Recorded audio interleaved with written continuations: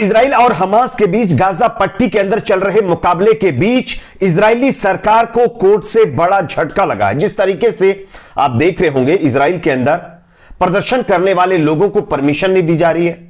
जो वॉर फिलहाल गाजा के अंदर चल रहा है, इजराइल के लोकल जो रहने वाले लोग हैं वो चाहते हैं कि यह वॉर जल्द से जल्द खत्म हो और इसके चलते वो राजधानी तेल अवीव के अंदर प्रदर्शन करना चाहते हैं। लेकिन नेतन्याहू सरकार लगातार प्रदर्शनों पर रोक लगाकर बैठी हुई थी। लेकिन अब खबर आ रही है कि नेतन्याहू सरकार को इजराइल की कोर्ट से जबरदस्त झटका लगा है और कोर्ट ने अब प्रदर्शन करने वाले लोगों के हक में एक फैसला सुनाया है। आगे आपको बताएंगे दरअसल किस तरीके से क्या मामला था जिसको लेकर के कोर्ट का एक फैसला आया। साथ ही साथ दो और बड़ी खबरें आपके सामने रखेंगे। दूसरी बड़ी खबर आ रही है, हूतियों के सामने अमेरिका ने घुटने टेक दिए हैं। जो अमेरिका अपने आप को सुपर पावर बताकर पूरी दुनिया पे धौंस जमाता है, उस अमेरिका को चंद मुट्ठी भर हूतियों ने किस तरीके से सबक सिखाया और उसके बाद अमेरिका अब हूतियों के सामने घुटने टेक चुका है। किस मामले में, आगे इस पर भी विस्तार से जानकारी देंगे। साथ ही साथ तीसरी बड़ी खबर यहां पर आ रही है दोस्तों, रशिया ने अब इजराइल को धमकी दी है। गाजा पट्टी में जिस तरीके से इजराइल की सेना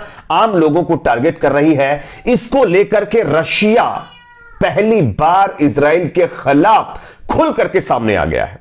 रशिया की तरफ से क्या कुछ कहा गया है यह भी आपको आगे विस्तार से बताएंगे। उससे पहले अगर आप भी चाहते हैं कि गाजा पट्टी में जल्द से जल्द सीज फायर होना चाहिए तो कमेंट सेक्शन में अपना फीडबैक जरूर दीजिए। इस वीडियो को ज्यादा से ज्यादा लाइक करिए, शेयर करिए, चैनल पर नए हैं तो सब्सक्राइब जरूर कर लीजिए। बात करेंगे पहली खबर की। सबसे पहले मैं आप लोगों को स्क्रीन के ऊपर एक खबर दिखा रहा हूं। यह खबर आप लोग देखिए।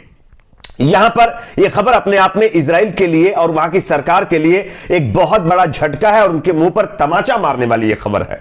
हाईकोर्ट यानी इजराइल की एक हाईकोर्ट के दबाव के बाद पुलिस ने हाइफा में वॉर विरुद्ध प्रदर्शन की अनुमति दी है। यानी जो मुकाबला गाजा के अंदर हो रहा है उसके खिलाफ जो प्रदर्शन हाइफा के अंदर नहीं करने दिया जा रहा था इजरायली पुलिस के द्वारा, अब उस पर हाईकोर्ट का फैसला आ गया है और हाईकोर्ट ने प्रदर्शन करने वाले लोगों के हक में फैसला सुनाया है। जिसके बाद इजरायली सरकार को यहां पर जबरदस्त झटका लगा है, क्योंकि इजरायली सरकार यह नहीं चाहती थी कि हाइफा के अंदर ये जो मुकाबला जो वॉर चल रहा है इसके खिलाफ कोई प्रदर्शन हो, क्योंकि इजराइल के लोग ये चाहते हैं कि गाजा में शांति आए और वहां पर जो कुछ भी हो रहा है वो जल्द से जल्द खत्म कर दिया जाए, यानी सीज फायर हो जाए। लेकिन नेतन्याहू जो डिक्टेटरशिप के लिए जाने जाते हैं और आपको पता भी होगा कि किस तरह के कृत्य उनके लगातार देखने को मिल रहे हैं, वो अपने देश के ही लोगों के ऊपर पाबंदी लगाकर बैठे हुए थे, उनको प्रदर्शन नहीं करने दे रहे थे। जिसके चलते प्रदर्शनकारी हाईकोर्ट का रुख उन्होंने अपनाया, हाईकोर्ट में याचिका लगाई जिस पर हाईकोर्ट ने यह फैसला दिया है और उनको प्रदर्शन की अनुमति मिल गई है। यह अपने आप में इजराइल और नेतन्याहू को एक बहुत बड़ा झटका लगा है। अगली खबर की बात करेंगे। अमेरिका ने हूतियों के सामने घुटने टेक दिए हैं दोस्तों। सबसे पहली खबर स्क्रीन पर मैं आपको दिखा रहा हूं, देखिए। देर रात अमेरिका ने यमन के हूती ठिकानों पर बताया जा रहा है कि कार्रवाई करने की बात की, यानी रिटेलिएट किया हूतियों के हमले के बाद। लेकिन हूतियों ने अमेरिका को सबक सिखा दिया है। किस तरीके से, स्क्रीन पर खबर देखिए। यमनी हौतीस ने एक मिसाइल दागकर अमेरिका के एक विमान को नष्ट कर दिया है। यह पहली बार हूतियों की तरफ से इतनी बड़ी कार्रवाई इजराइल के खिलाफ की गई है और जिसके चलते अमेरिका के ऊपर की गई है और इसके चलते अब अमेरिका ने जो है हूतियों के सामने घुटने टेक दिए हैं। ये मैं नहीं कह रहा हूं, मैं आपको स्क्रीन पर खबर दिखा रहा हूं, आप देख सकते हैं। बाइडन यानी अमेरिका के राष्ट्रपति बाइडन साहब ने अब हूतियों को एक ऑफर दिया है।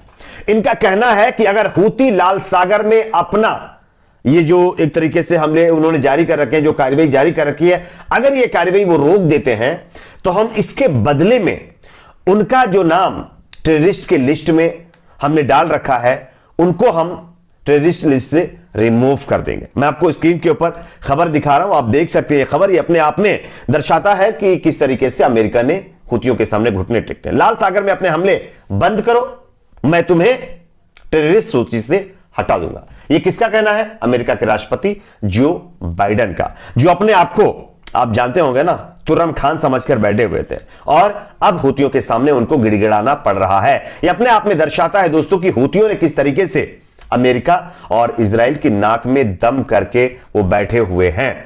और यहां पर बताया यह भी जा रहा है कि हूतियों ने अब खुलकर यह ऐलान कर दिया है कि वो अमेरिका के ठिकानों पर भी, जहाजों पर भी, विमानों पर भी, या जितनी जो चीजें अमेरिका की उनको मिलेंगी लाल सागर में या उसके करीब करीब या यमन के करीब करीब देशों के अंदर जितने बेस अमेरिका के हैं, उन तमाम जगहों पर वो कार्रवाई करेंगे, यानी हूती कार्रवाई करेंगे, अमेरिका को नहीं बख्शेंगे। क्योंकि अमेरिका की वजह से ही आप लोगों ने देखा किस तरीके से गाजा के अंदर आज 25,000 से ज्यादा लोग खत्म हो गए। और अब इजराइल अमेरिका के दम पर ही गाजा के अंदर दादागिरी दिखा रहा है, गाजा के अंदर जेनोसाइड कर रहा है। अगर अमेरिका उसको सपोर्ट करना बंद कर दे तो आप समझ सकते हैं कि हमास के सामने एक हफ्ते के अंदर इजराइल का हाल क्या होगा।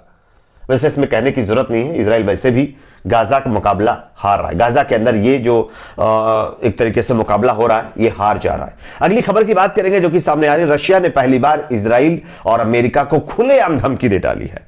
स्क्रीन के ऊपर मैं आपको खबर दिखा रहा हूं, ये टाइम्स ऑफ इजराइल की खबर है, जो खुद एक इजरायली मीडिया है, और इनकी तरफ से इस बात की यहां पर पुष्टि की गई है कि जो रूस है उसने पहली बार गाजा के समर्थन में और अमेरिका और इजराइल के खिलाफ बड़ा बयान दिया। उन्होंने क्या कहा है, स्क्रीन के ऊपर देखिए आप लोग।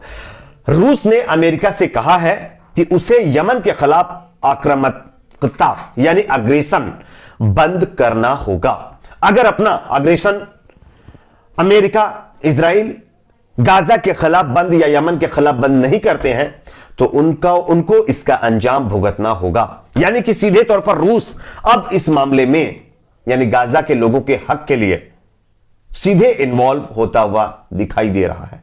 वैसे रूस के राष्ट्रपति व्लादिमीर पुतिन ने पहले ही गाजा के मामले पर अपना स्टैंड रखते हुए साफ कह चुके हैं कि गाजा में जो कुछ भी हो रहा है यह सही नहीं है। इजराइल इंटरनेशनल जो लॉ होता है उसका उल्लंघन कर रहा है और इसके लिए इजराइल को सजा मिलेगी, लेकिन थोड़ा इसके में टाइम लगेगा। लेकिन अब खुल करके इजराइल के बाद अमेरिका को भी रूस ने धमकी दे डाली है। देखना यह है आगे इस पर क्या होता है। वैसे गाजा के अंदर आप सब जानते होंगे जो मुजाहिदीन है वो लगातार किस तरीके से इजराइल की सेना को सबक सिखा रहे हैं। खबर आ रही कि 2 और आज इजराइल की सेना के जो जवान है वो नहीं रहे, उनको खत्म कर दिया गया है। जो हमास मुजाहिदीन है उनके जरिए कई बख्तरबंद गाड़ियों को भी नष्ट कर दिया गया है। तो इस तरीके से डेली जो है ये रूटीन बन चुका है कि इजराइल को मुंह की खानी पड़ रही है। इस पर आपकी क्या राय कमेंट सेक्शन में बताइए। वीडियो को लाइक शेयर, चैनल को सब्सक्राइब जरूर करें।